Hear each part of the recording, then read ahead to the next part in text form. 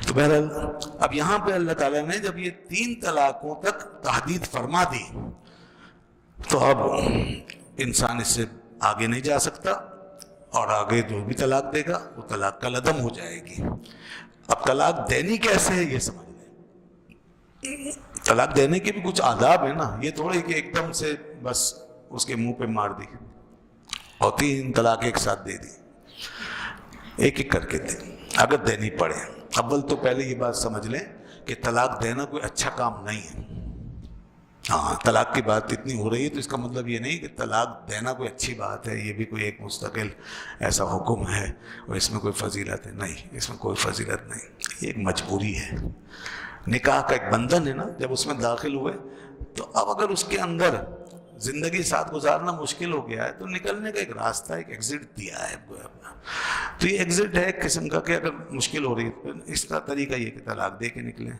تو طلاق دینا خواہ یہ ٹھیک نہیں ہے، طلاق دینے کی حوصلہ افزائی نہیں کی جائے گی، طلاق دینے کو پسند نہیں کیا جائے گا، طلاق کی حوصلہ شکنی ہونی چاہیے اور کوشش ہونی چاہیے سب کی کہ کوئی گھر ٹوٹے نہیں، کیونکہ اللہ رب العزت نے ہمیں پہلے یہ حکم دیا ہے کہ جب تم نکاح کرو تو محسنین غیر مصافحین، کہ تم عورت کو اس طرح نکاح میں لاؤ کہ تم اس کے پورے ذمہ دار بنو، اس کے نگران، اس کے محافظ۔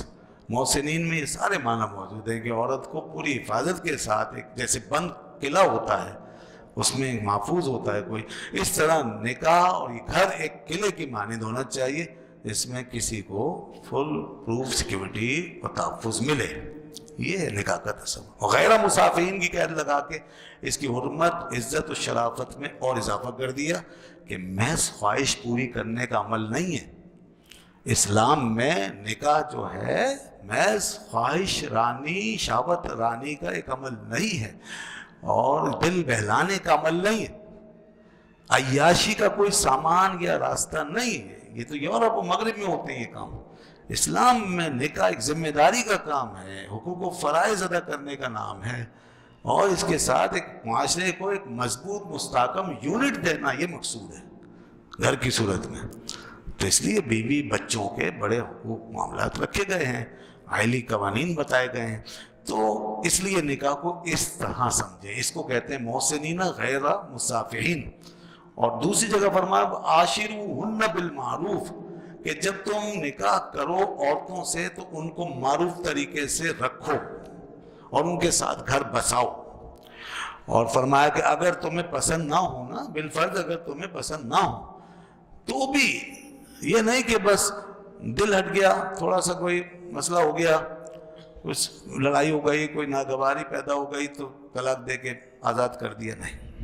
اللہ تعالیٰ فرماتا ہے کہ اس صورت میں بھی نبھاؤ، ہو سکتا ہے کہ اللہ تعالیٰ اس میں تمہارے لیے کوئی خیر پیدا کر دے۔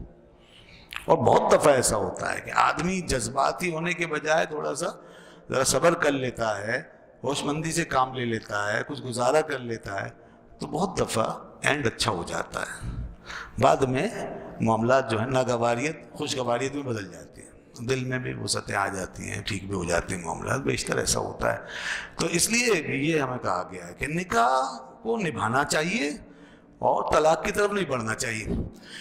پھر اگر کوئی بات نہ بنے، پھر کوئی صورت ہی نہ ہو گھر چلنے کی، اور کہیں ایک طرف ضد آ گئی ہے، انا آ گئی ہے، ٹیڑھ آ گئی ہے، کجی آ گئی ہے، اور بہت کچھ سوچ سمجھ لیا، سمجھا دیا، کوششیں کر لی، نہیں بن رہی بات، اب اگر طلاق کی طرف بڑھ رہے ہوں تو اس سے پہلے بھی کچھ اور اقدام کر لیں، جیسے تعدیبی کارروائی کر لیں، الگ کر دیں، بستر میں فرمایا بستر سے الگ کر دو، ان کو اکیلا کر دو، اس میں بھی ایک تنبیہ ہے۔ نصیحت بھی کرو، عظوہن بھی فرمایا، نصیحت بھی کرو، اور واجروہن فی المضاجع بھی فرمایا، الگ کر کے دیکھو شاید اس میں کچھ اثر ہو۔ گھر چھوڑ دے آدمی، اس کو اپنی بیوی کو اس کے گھر چھوڑ دے، تو کچھ بات چیت بند کر کے اس طرح کو ناراضی کا اظہار کر کے، اور پھر بھی اگر نافرمانی ہو اور کوئی گڑبڑ رہے تو ہلکی پھلکی تعدیبی کارروائی کر سکتے ہیں۔ مطلب وَضْرِبُوهُنَّ کا آیا ہے لفظ قرآن میں جس کا مطلب ہے مارنا۔ تو مارنے کا مطلب یہ نہیں ہے کہ ڈنڈا اٹھا کے ماریں، کوئی زخمی کر دیں، ایسا نہیں، جیسے ایسی لگا دیا ہلکا پھلکا، یا جیسے بتایا گیا کہ وہ کپڑے میں گانٹھ بنا کے ایسے، یہ کیا مارنا ہوتا ہے؟ تو اس طرح مارنے کی تفسیر کی گئی ہے تنبیہ کے لیے، اصل میں تو ایک ناراضی کا اظہار کرنا ہے، تو اس طرح کسی کپڑے کے ذریعے سے یہ ہے۔ تو اگر اس سے اصلاح ہو سکتی ہے تو یہ کروں، اور اگر اب بھی کوئی صورت نہیں بنتی تو پھر آخر میں طلاق کی طرف جائیں۔